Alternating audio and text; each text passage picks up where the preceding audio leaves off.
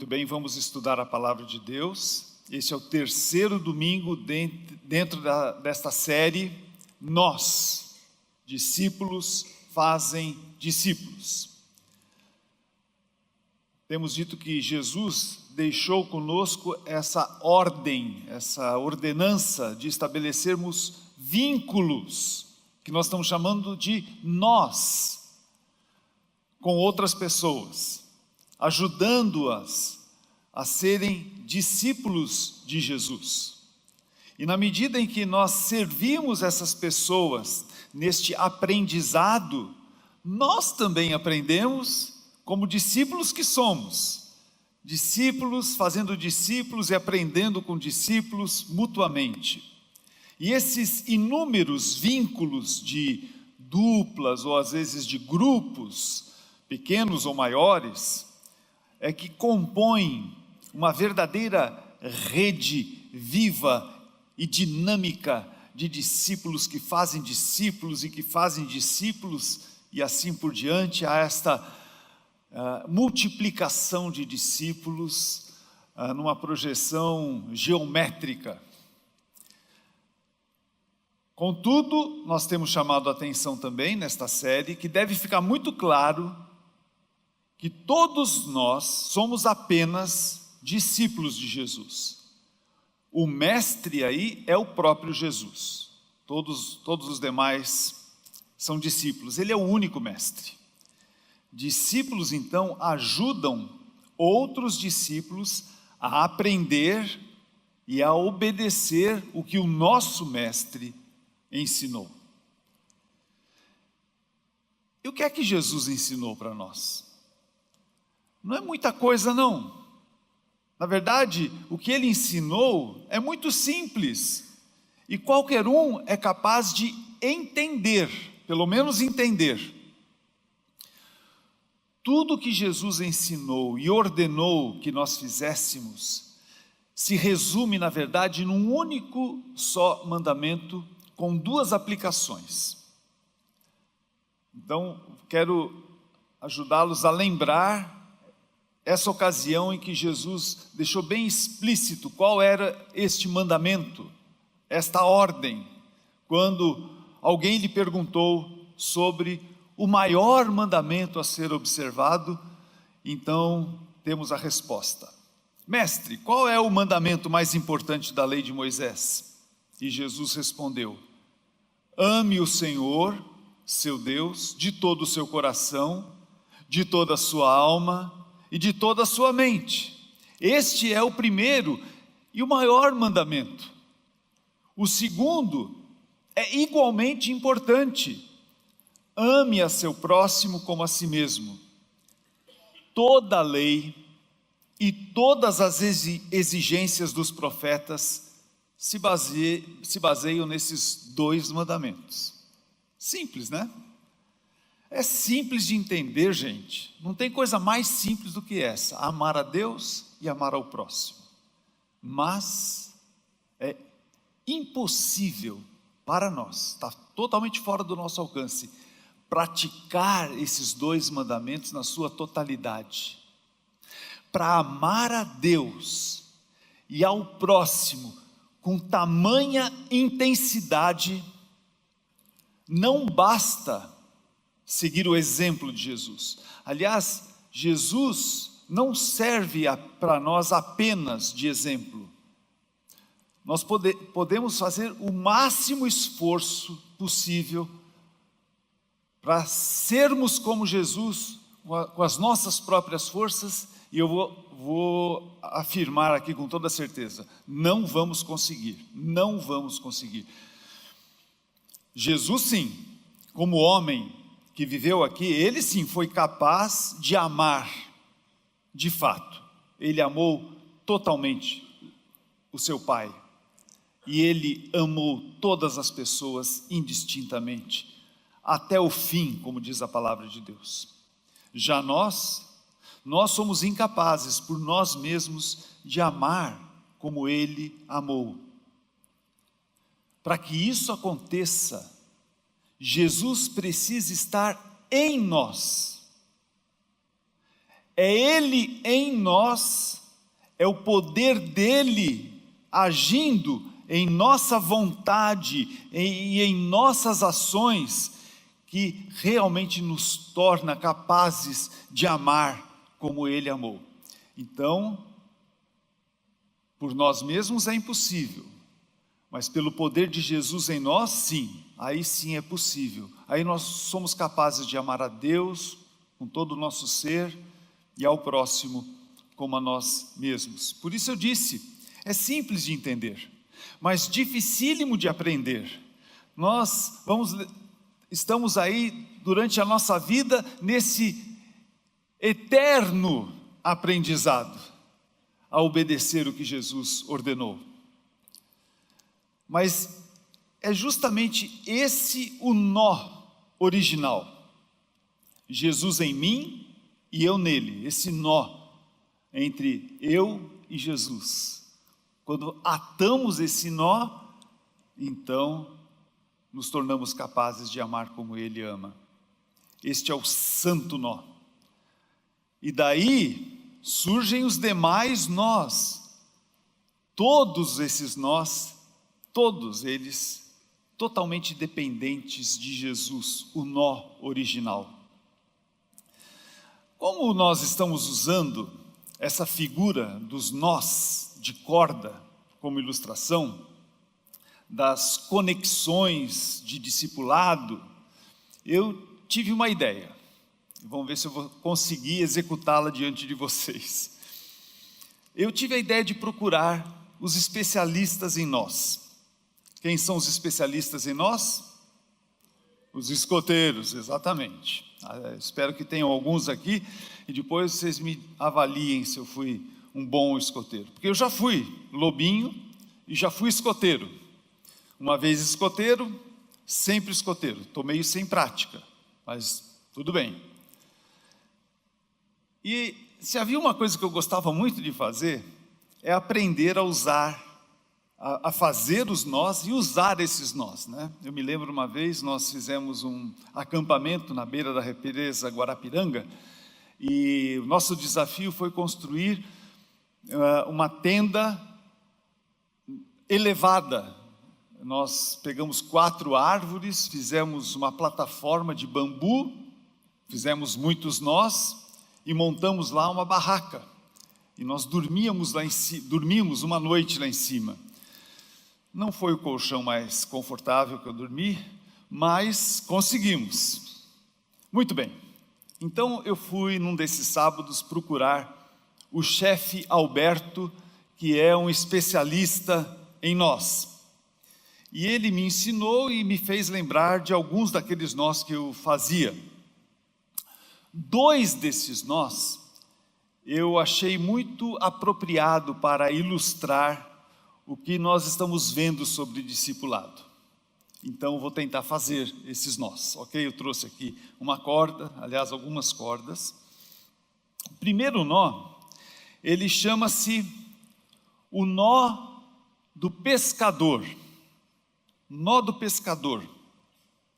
Aliás, é muito apropriado realmente para o que nós estamos fazendo aqui, porque o nó do pescador, ele... Vamos ver se eu consigo lembrar como é que faz. O nó do pescador, ele é apropriado porque Jesus disse que nós nos tornaríamos pescadores de homens, né? E tem tudo a ver com discipulado, ok? Então é o seguinte, está aqui, ó.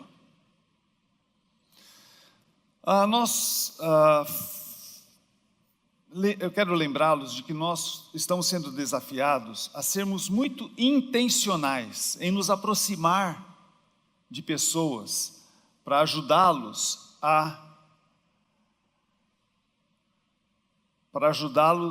a serem discípulos de Jesus. E às vezes essa aproximação, ela é lenta, ela é gradual, nós vamos orando e... Deixa eu pegar as pontas certas aqui. E eu fiz o nó errado, peraí. Senão não vai dar certo. Ok, agora vai dar. Ô, chefe Alberto, tem que me ajudar aqui. Vamos lá. Olha aqui, agora vai dar. Nós vamos nos aproximando dessa pessoa e quando nós começamos a discipulá-la, nós vamos perceber que nós formamos um nó, que é um nó muito firme. E é isso que nós estamos empenhados em fazer. Aproximar de alguém com muita firmeza e ajudá-lo a ser um discípulo de Jesus. E na medida que vamos convivendo com essas pessoas, que estamos nos aproximando, tornando discípulos, tem um outro nó muito sugestivo.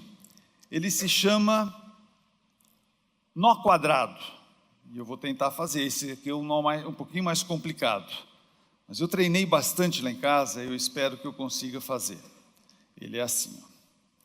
Ele forma uma figura muito bonita e muito sugestiva. Se você puder ver, olha aqui. Esse entrelaçamento aqui, que vocês podem observar, os escoteiros, eles chamam esse nó de nó da amizade. E eu acho muito legal, porque se você virar esse nó assim, ó, você vai ver a figura, acho que vocês não estão conseguindo ver, mas eu posso afirmar para você que tem a figura de uma cruz. Porque a verdadeira amizade, ela nasce desse nó que nós fazemos com outras pessoas, sob a obra de Jesus em nosso favor. Esses são os nós, e vocês viram, eu usei 2 cordas, são os nós que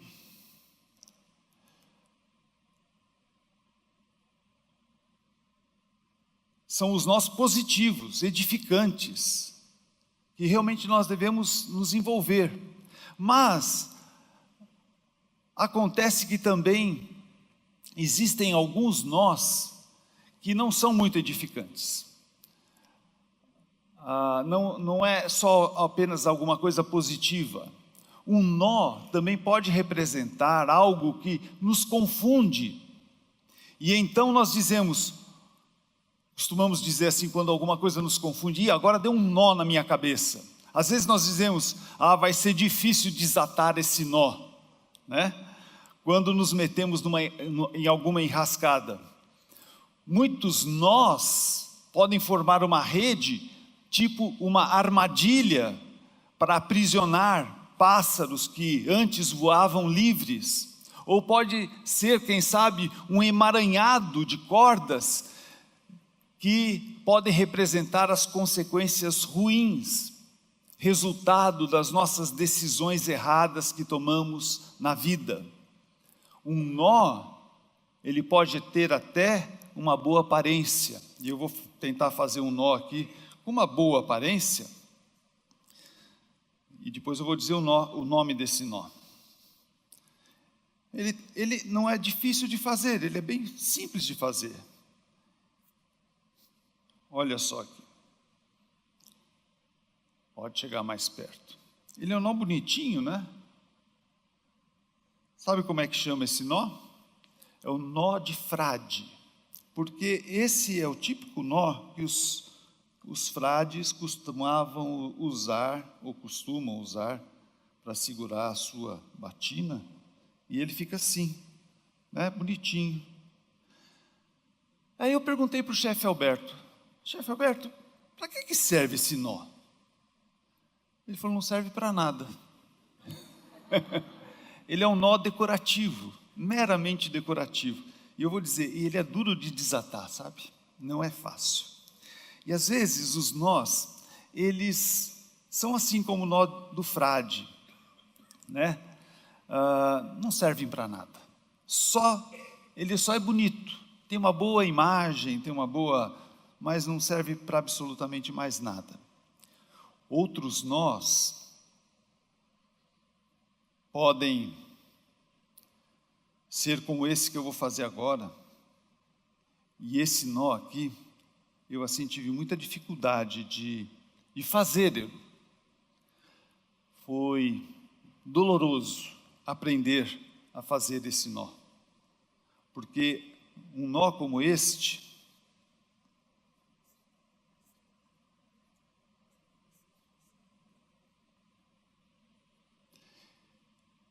ele é sufocante, asfixiante, ele nos estrangula, ele nos mata. Não é um nó bonito. E vocês repararam que esses dois nós, que eu mostrei agora por último, eles são feitos de uma corda só. De uma corda só.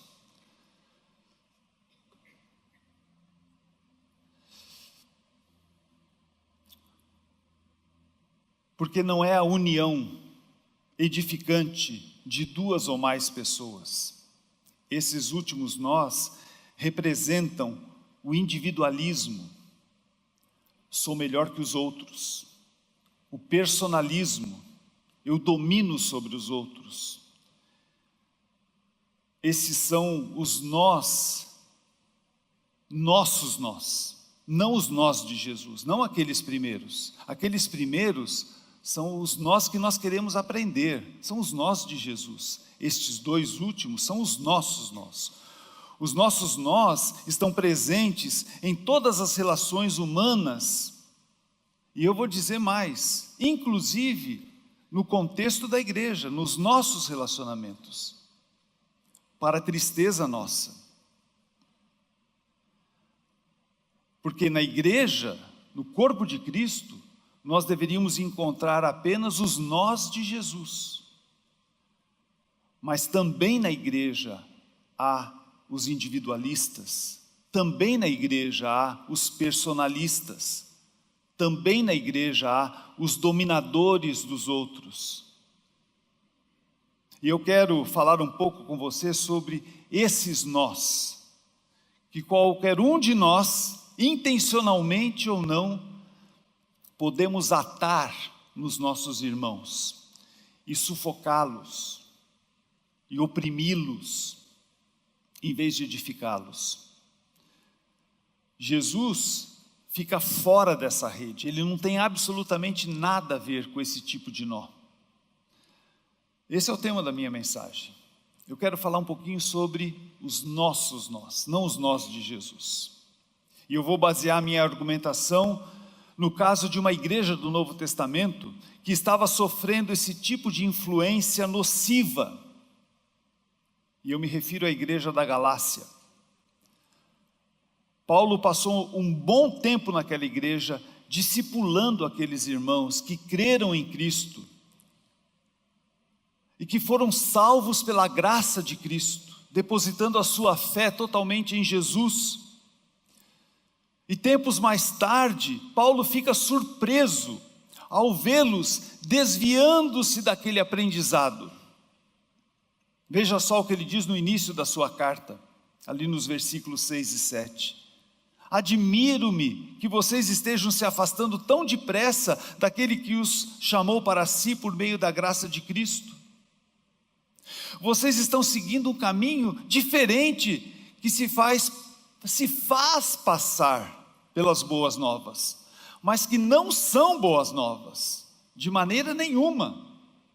Estão sendo perturbados por aqueles que distorcem deliberadamente as boas novas de Cristo.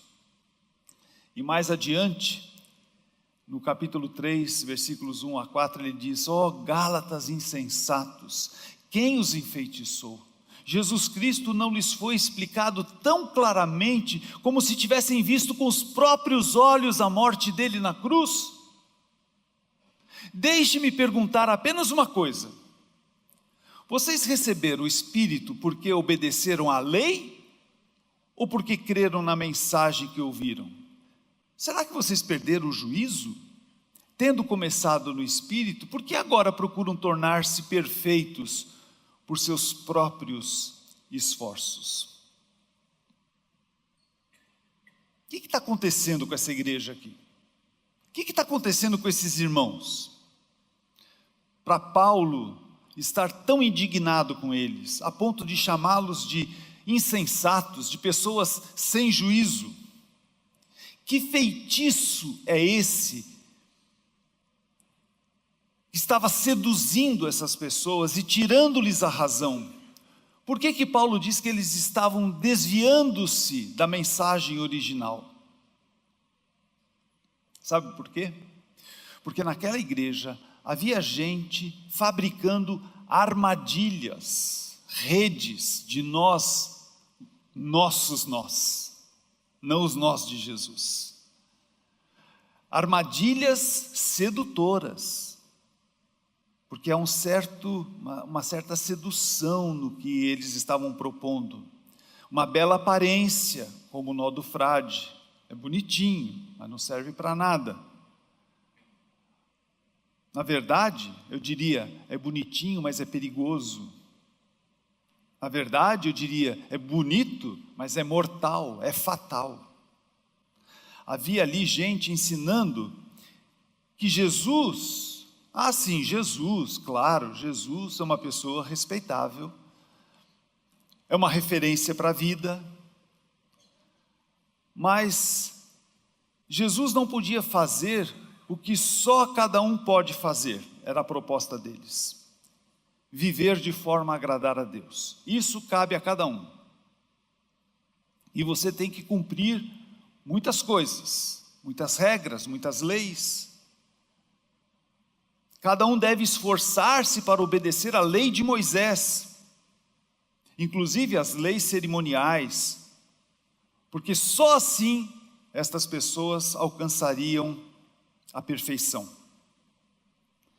Então Jesus se resume apenas a um bom exemplo a ser seguido. Quem eram esses que estavam ensinando essas coisas? Essas pessoas eram judeus, que a princípio até creram na mensagem do Evangelho, mas eles não conseguiram libertar-se da tradição religiosa que estava fortemente arraigada nas suas mentes e nos seus corações. Eles aprenderam a obedecer à lei e as centenas de leis menores e regras menores, cerimoniais, e para eles era assim que eles conseguiam a salvação, praticando cada uma delas. Eles não conseguiam admitir que bastava tão somente crer em Jesus e no sacrifício de Jesus, no poder do Espírito Santo que veio habitar em suas vidas, para ajudá-los a ter realmente essa vida santa que eles se propunham a ter pelo esforço próprio. E eles então passaram a exigir que todos os homens convertidos de outras nacionalidades passassem por uma dessas cerimônias prescritas ali na lei de Moisés, a cerimônia da circuncisão. Esta cerimônia identificava os homens que queriam demonstrar que faziam parte do povo de Deus, separados dos outros povos, separados das outras pessoas, como um judeu verdadeiro deveria fazer. Essa cerimônia da circuncisão tinha um significado, mostrava que essa pessoa agora tinha uma vida pura, dedicada a Deus. Gente, basta ser um pouquinho inteligente, basta ler as histórias dos homens da Bíblia, da nação de Israel. Todos eles passaram por essa cerimônia da circuncisão, e esta cerimônia em si não garantia que eles se tornassem homens santos e puros de coração. Era só uma cerimônia externa, de aparência. Eles continuaram sendo homens falíveis, pecadores, como qualquer um de nós. Além desta lei, haviam outras leis. Eles deviam, por exemplo, abster-se de determinadas comidas. Eles eram obrigados necessariamente a celebrar as festas judaicas, para que, do ponto de vista deles, se tornassem aprovados por Deus. Só assim, só obedecendo todas essas regrinhas, essas leis complementares, é que eles de fato seriam judeus. Isto é, alguém que fazia parte do povo de Deus. Eles não estavam se tornando cristãos, seguidores de Cristo, pela graça, pelo sacrifício de Jesus, pelos merecimentos de Jesus. Eles estavam buscando o merecimento próprio. E este foi um problema generalizado e deu muito trabalho para Paulo, a ponto de Paulo convocar um concílio lá na cidade de Jerusalém, onde estavam os 12 apóstolos,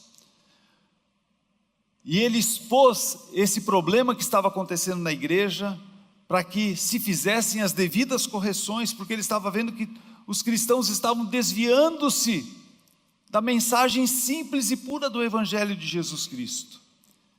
Então ele foi para lá, e como diz lá em Atos 15, alguns dos irmãos lá em Jerusalém, que pertenciam à seita dos fariseus, se levantaram e disseram: é necessário que os convertidos gentios de outras nacionalidades que não judeus, que esses convertidos sejam circuncidados e guardem a lei de Moisés. E Paulo estava maluco tentando argumentar: não, gente, não é por aí. Nós dependemos tão somente da graça de Jesus, do sacrifício de Jesus. E ele tem que tratar isso com outras igrejas. Ele teve que tratar isso, por exemplo, com os irmãos de Roma. Ele também trata dessa questão argumentando que nenhuma cerimônia é capaz de introduzir alguém no povo de Deus, mas sim uma purificação do coração, feita pelo Espírito Santo, com base na fé, no sacrifício de Jesus Cristo.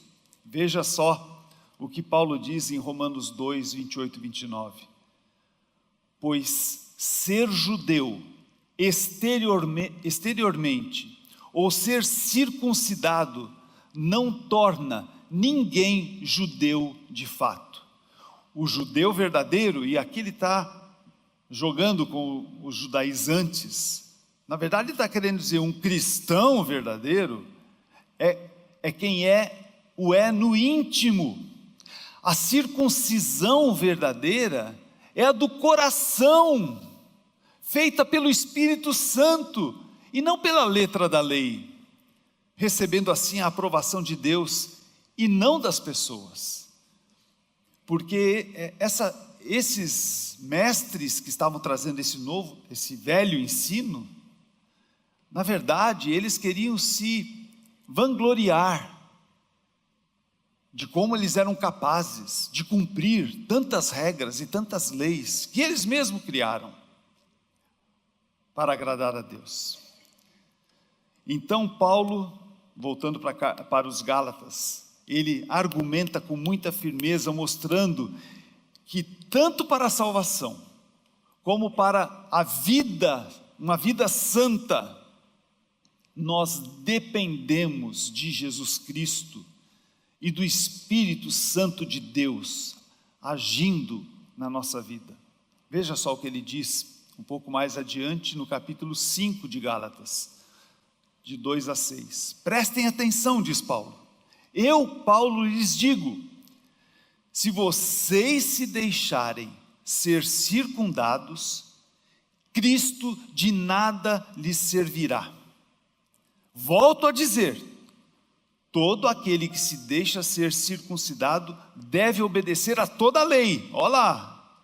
Então vocês não podem errar em absolutamente uma vírgula da lei. Tem que obedecê-la toda. Pois se vocês procuram tornar-se justos diante de Deus pelo cumprimento da lei, Vocês foram separados de Cristo e caíram para longe da graça. Mas nós que vivemos pelo Espírito, esperamos ansiosamente receber pela fé a justiça de Deus, que Ele nos prometeu. É pela fé que nós somos declarados justos, baseado na obra de Jesus, pois em Cristo Jesus não há benefício algum em ser ou não circuncidado. O que importa, o que realmente importa, é a fé que se expressa pelo amor. E aí voltamos para o grande mandamento mencionado por Jesus: amar a Deus e ao próximo, que é uma obra de Jesus em nós. E ele ainda vai um pouquinho mais ali nos versículos 13 e 14: porque vocês, irmãos, foram chamados para viver em liberdade. Não usem, porém, a liberdade para satisfazer a sua natureza humana. Jesus nos salvou pela graça, através do seu sacrifício, não para a gente viver de qualquer forma. Ao contrário, usem-na para servir uns aos outros em amor, pois toda a lei pode ser resumida neste único mandamento: ame o seu próximo como a si mesmo. Quero caminhar para o final dizendo o seguinte: a circuncisão, os rituais e as festas religiosas eram esses nós sufocantes e mortais daquela gente, daquela igreja, daqueles cristãos. Estava sufocando a verdadeira vida que Deus quer nos dar. Nós hoje temos os nossos nós também, os nossos próprios nós, com outros nomes. Não se trata mais de circuncisão, das festas religiosas. Há outras aplicações, mas igualmente perigosas e letais. Nós criamos as nossas próprias regras cerimoniais, os nossos próprios rituais. Nós desenvolvemos determinadas coisas que nós julgamos serem fundamentais e necessárias para sermos aceitos por Deus, que Deus não exige de nós. E nós nos esforçamos para observá-las, numa tentativa absurda de provar para Deus e para as pessoas que nós não somos tão maus assim, que nós somos capazes de fazer muitas coisas difíceis para sermos aprovados diante de Deus, credenciados para a vida eterna, e nos esforçamos e lutamos. Nós temos também essa forte tendência ao personalismo, ao individualismo, como os religiosos daquele tempo, porque nós queremos causar uma boa impressão para os outros, como Paulo disse nessa carta lá no capítulo 6, versículo 12, e nós nem percebemos que nós estamos caindo na armadilha que nós mesmos montamos. E pior, no nosso discipulado eventual, nós levamos outros a cair nessa mesma armadilha. Em vez de levarmos as pessoas até Jesus, para o seu sacrifício, para a graça que nós encontramos nele, para a liberdade que ele nos dá, nós aprisionamos a nós mesmos e outros.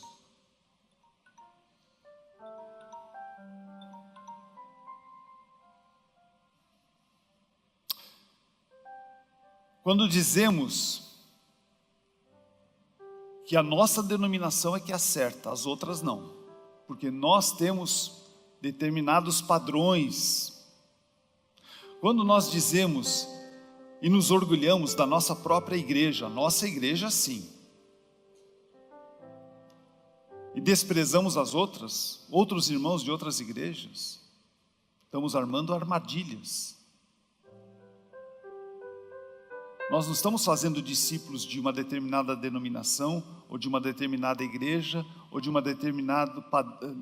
determinado código de ética.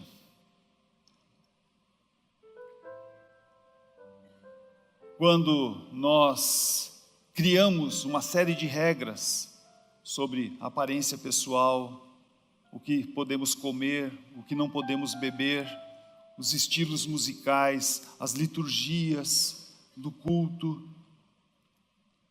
quando nós somos cruéis no tratamento de determinados pecados que as pessoas cometem, mas toleramos outros. Na verdade, deveríamos ter compaixão de todos os pecadores e ajudá-los a serem restaurados. Quando fazemos de tudo para galgar uma posição de destaque, para conquistar o reconhecimento das pessoas. Quando criamos um verdadeiro emaranhado de nós, que nos aprisionam e nos sufocam com a nossa religiosidade. Esses são os nossos nós, não os nós de Jesus. Alguns deles, à primeira vista, são até atraentes, como o nó do frade, mas é só aparência. Por dentro, o que há é vaidade. Gente, nós fomos chamados por Jesus para servirmos uns aos outros no discipulado, ajudando-nos uns aos outros a obedecer o grande mandamento de Jesus, que é amar a Deus de todo o nosso coração, com todas as nossas forças, com todo o nosso entendimento, que é amar ao próximo. E nós só vamos fazer isso pelo poder de Jesus e do Espírito Santo agindo em nós.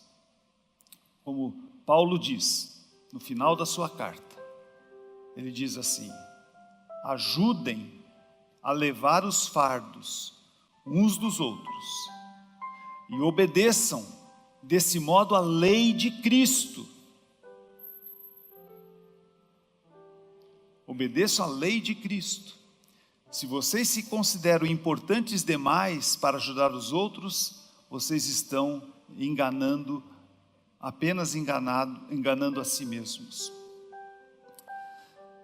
Gente, é assim, como eu disse, é muito simples, mas nós precisamos aprender, e aprender vai exigir de nós muita humildade, muita dependência de Jesus.